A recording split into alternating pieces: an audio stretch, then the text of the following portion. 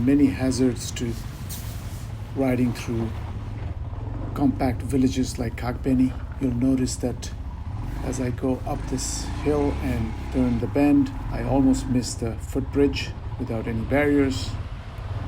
Still, it's exhilarating going under people's homes through tunnels, and also waiting for the occasional mule train that arrives every once in a while.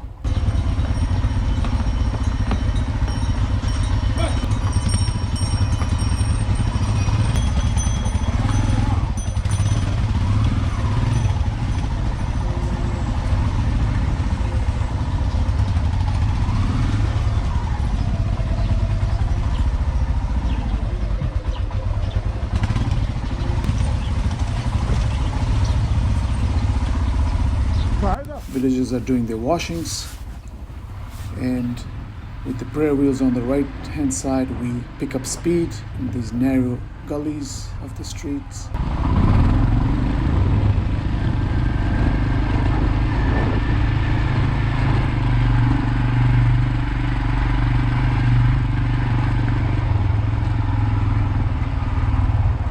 Majestic Kali Gandaki river and its wide valley is on our left.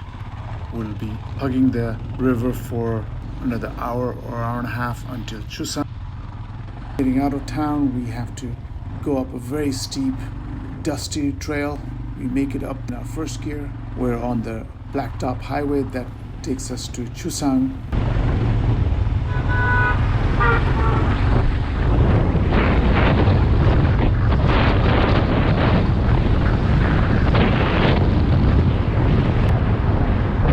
The road very quickly turns from blacktop to gravel, and we stay pretty much gravel up to Low Manthang, which is about 6 hours away.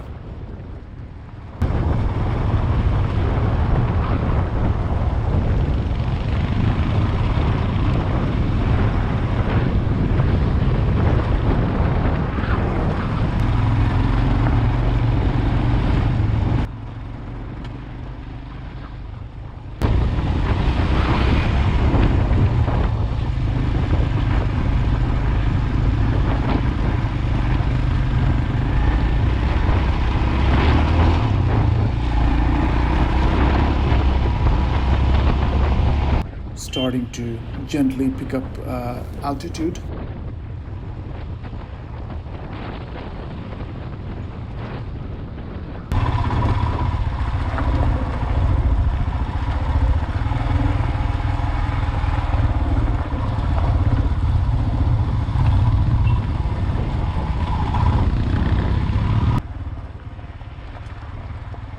The road becomes very rutted, and one needs to manage the motorcycle very, very carefully, as it is very easy to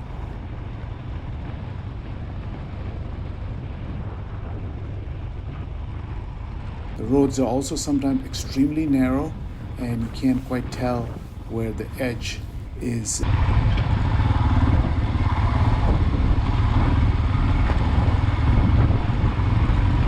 Geographic formations are beautiful, like this, and then there are also man-made chortens on the side of the road. When it's extremely bumpy, I stand up, and at Chusang we are asked for our permits. You can see the old suspension bridge has been placed with the new bridge.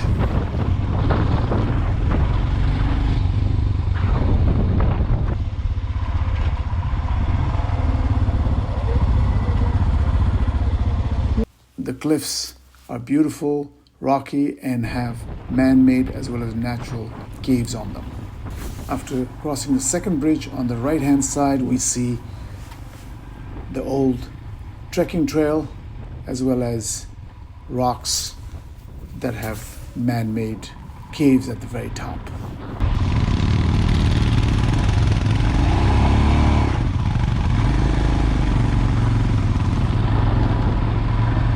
From here, we pick up altitude very steadily.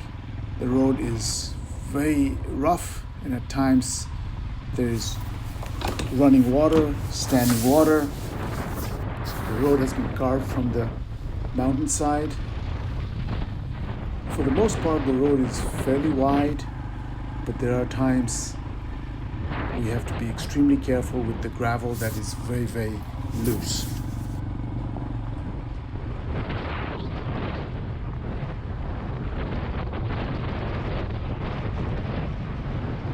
And our guide also points out the road that we've come up. We picked up almost 2,000 feet in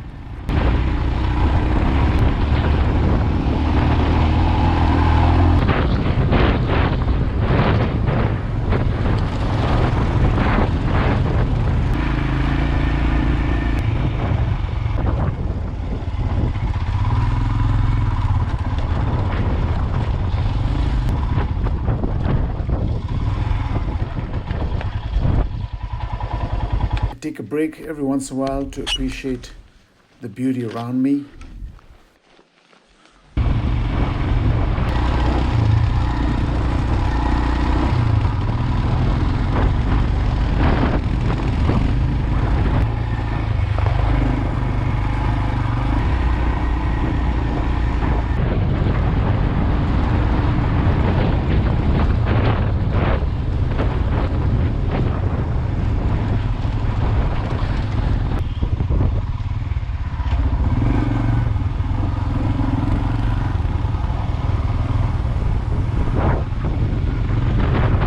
As we pick up altitude, the mountains seem much closer to us, and many of them are snow-capped. You can also see that on the sides there are sometimes power pylons, so this gravel road will likely be blacktop in the next 2 or 3 years.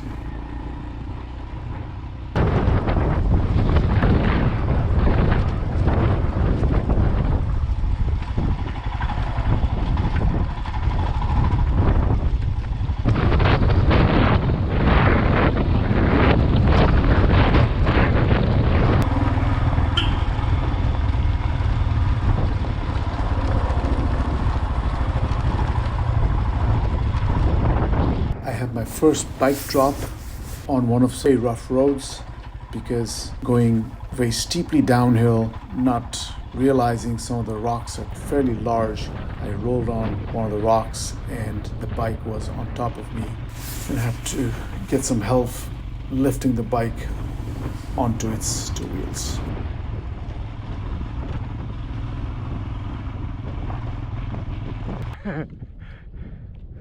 Sometimes we see large buses and wonder how they make it through some of these narrow roads where we don't think all their four wheels would stay on the road. But these drivers are extremely talented, experts with these mountain roads.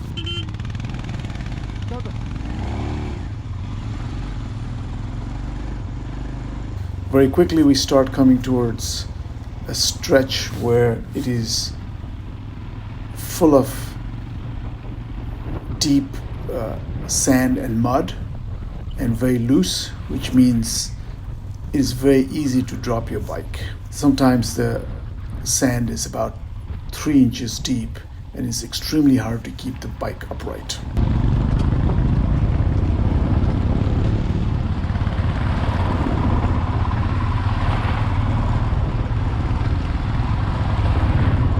You can see I'm standing on the pegs of the bike and I'm off the saddle. The reason for that is when the road is extremely rough, it is a big relief for the lower back.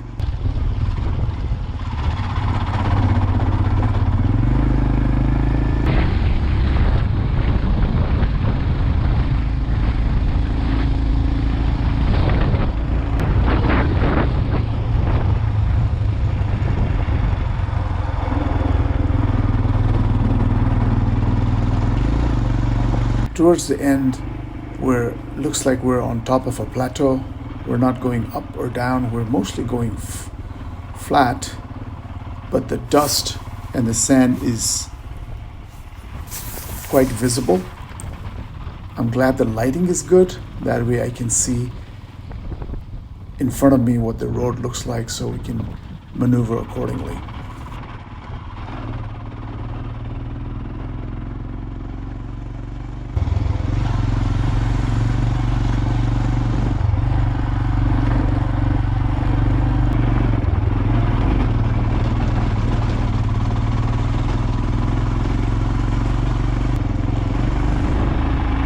Also stop to check on two of my colleagues.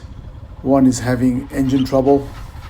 After the fact, we realized that he actually ran out of gas.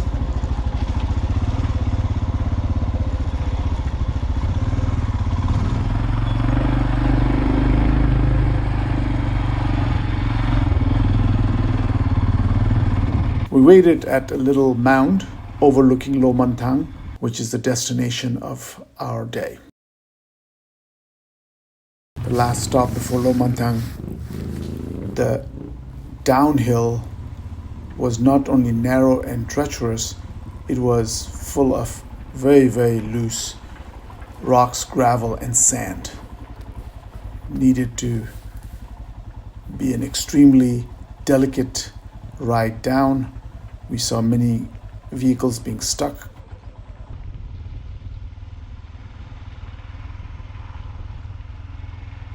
Last 30 minutes or so was pretty flat, gentle downhill, a few ruts and gullies that you want to make sure that you don't get your wheels stuck in.